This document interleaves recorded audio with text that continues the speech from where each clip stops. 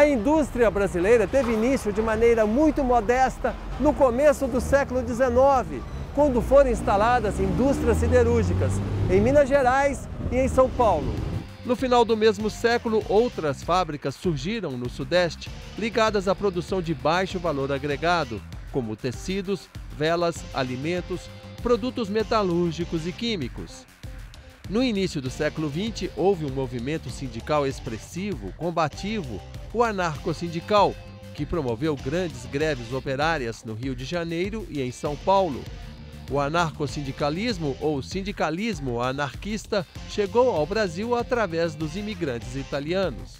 Os anarquistas acreditavam numa sociedade autogerida por trabalhadores democraticamente e que os sindicatos poderiam ser instrumentos de transformação da sociedade em vez do Estado e do capitalismo. Os anarquistas contribuíram naquele período para a criação de sindicatos e iniciar toda uma estruturação de organização sindical em nosso país. O Brasil começou a se industrializar de verdade depois da grave crise de 1929, com a quebra da Bolsa de Valores de Nova York.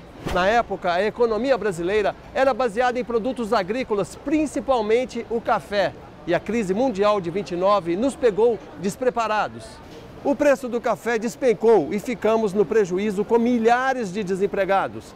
Para evitar a exposição do país a novas crises, Getúlio Vargas assumiu a presidência do Brasil em 1930, disposto a nos tornar uma potência industrial. Só para lembrar, Getúlio Vargas assumiu depois de um golpe de Estado que derrubou o então presidente Washington Luiz. Mas isso é outra história. Claramente o Estado Nacional, naquele momento, ele prioriza a indústria nacional. E pau no café, pau no açúcar, pau no algodão. Você tem que fazer um conjunto de políticas industrial, financeira, creditícia, para poder ir desbloqueando, né, todas as dificuldades criadas por aquilo que nós usávamos mais a expressão do imperialismo. Getúlio Vargas sabia da importância de uma siderúrgica de grande porte para alavancar a indústria brasileira. Em 1937, Vargas tornou-se ditador e instituiu o chamado Estado Novo. Criou a Justiça do Trabalho, institucionalizou os sindicatos ligados ao Ministério do Trabalho, criou a CLT, Consolidações das Leis do Trabalho, que previa jornada de 8 horas, descanso semanal, férias, salário mínimo. Ele inventou um apoio popular para ele que não existia. É necessário reconhecer que muito de bom que temos hoje veio daquela mudança que houve na estrutura sindical em nosso país. Ele entrega para os trabalhadores a CLT, que é um conjunto robusto, muito vigoroso de direitos, incluindo nisso uma base salarial, que é o salário mínimo, né? Em troca de que você tem que ter um movimento sindical mais adaptado a um processo de industrialização. Com Getúlio, na verdade, se abre a perspectiva de organização dos trabalhadores nas cidades.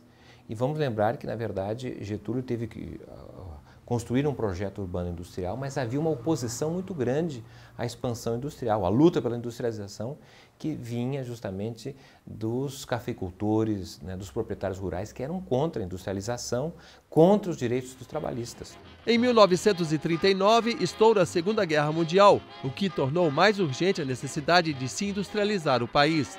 No período, a importação ficou comprometida e a saída era produzir por aqui mesmo. E para isso, precisávamos de aço em grande quantidade.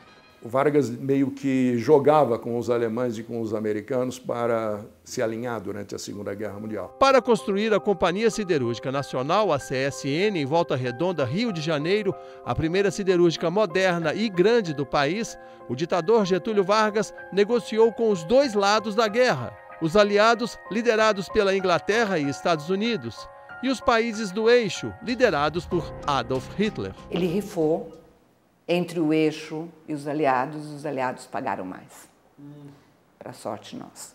Porque os aliados não sabiam até onde ia a guerra e eles iam precisar de uma siderurgia grande na América Latina. A Companhia Siderúrgica Nacional foi construída sob a tutela dos americanos. Ela foi inaugurada em 1946, depois que Getúlio Vargas já havia sido deposto. Ele voltou ao governo eleito por voto popular em 1951. Ele já havia criado o Conselho Nacional de Petróleo em 1939.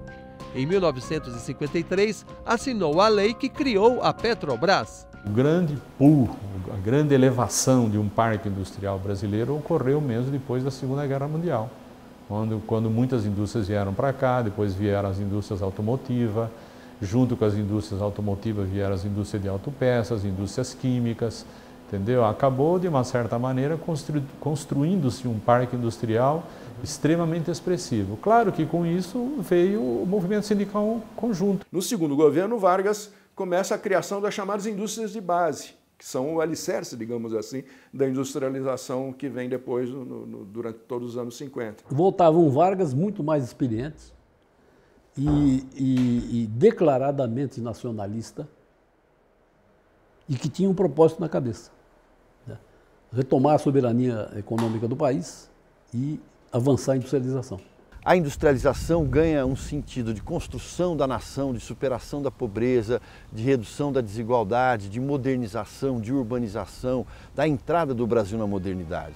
Em 1956, o presidente eleito Juscelino Kubitschek investiu mais intensamente no desenvolvimento industrial do Brasil.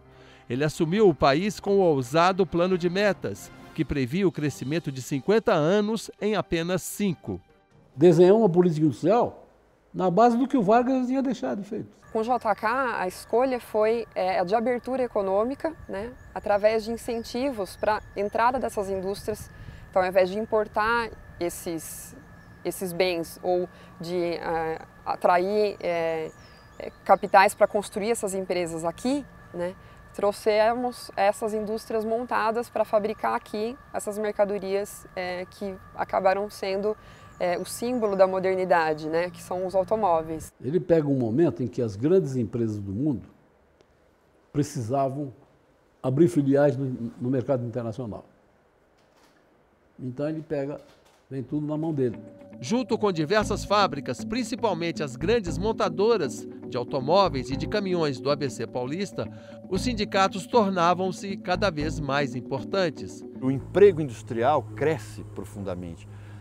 O trabalho na indústria vai se expandindo ao ponto de colocar os trabalhadores industriais como um dos atores mais importantes do movimento sindical. Já ao final dos anos 50 estava ali mais ou menos clara a semente do novo sindicalismo. Ocorre que essa semente foi, de certa maneira, interrompida pelo golpe de 64.